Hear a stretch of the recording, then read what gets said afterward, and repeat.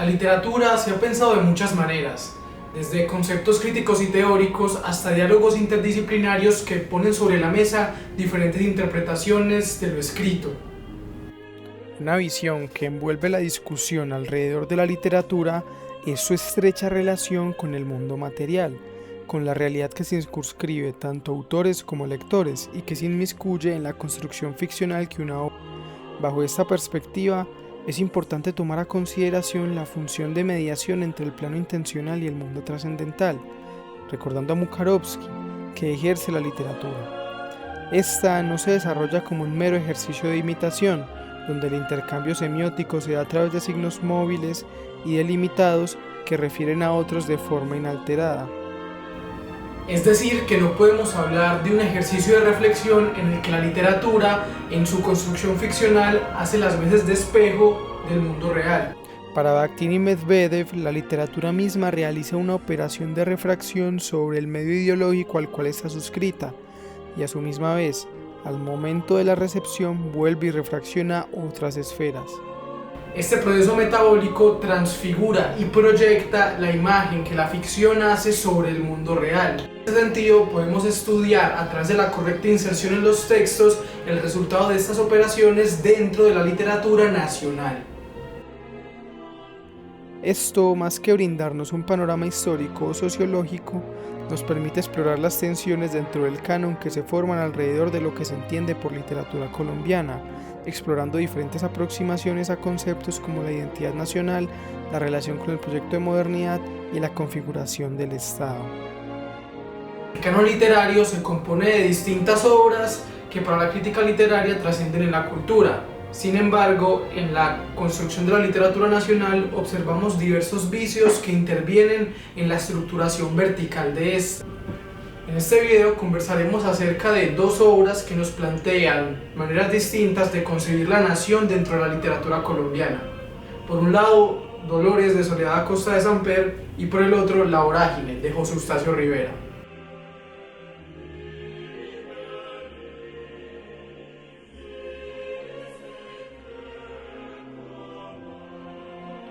En Dolores vemos como el peso narrativo de la historia gira en torno a dos personajes masculinos, los cuales, como artífices de la narración, representan el modelo tradicional heredado sobre el cual se desarrollan las diferencias y contrapuntos que componen la obra.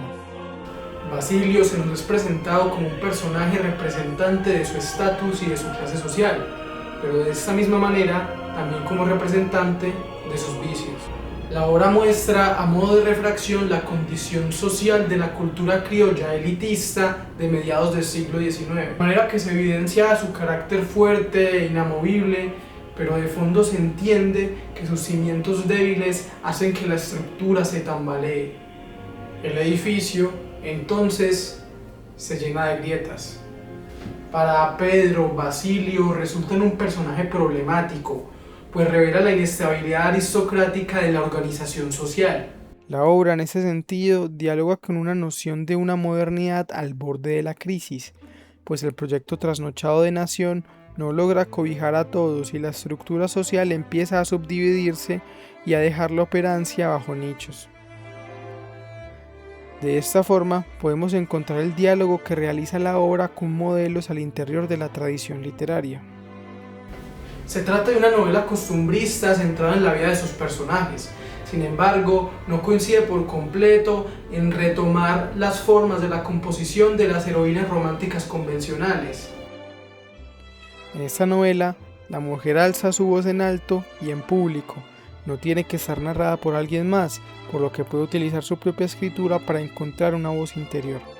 Dolores es desfigurada por la lepra y condenada al aislamiento. Sin embargo, utiliza su propia tragedia para encontrar una identidad mediante la palabra, alejada de convenciones y establecimientos. En ese sentido, situamos a la novela como punto de concreción de tensiones acumuladas entre las dinámicas sociales entre hombres y mujeres. Cuando la mujer solo puede reafirmarse a través del matrimonio, donde situamos a la mujer intelectual. Dolores es despojada de su belleza y de su dicha. Sin embargo, retiene el control de su historia, pues esta es contada a través de su completa subjetividad y no muere en el silencio. Se nos muestra cómo la escritura femenina debe ser validada por un hombre a través de Pedro. Sin embargo, su relato es constantemente socavado por el de Dolores. Vemos cómo se ponen en duda distintos lineamientos tanto sociales como literarios que en suma representan una misma crítica al canon, que llama a una reforma y a buscar la contemplación de otros espacios y otras realidades y no condene al aislamiento. Una nación que se construye mientras se cae a pedazos y no acepta su misma hipocresía, obnubilada por una tradición cercenada donde lo que ahora se contagia es la escritura femenina y no la lepra.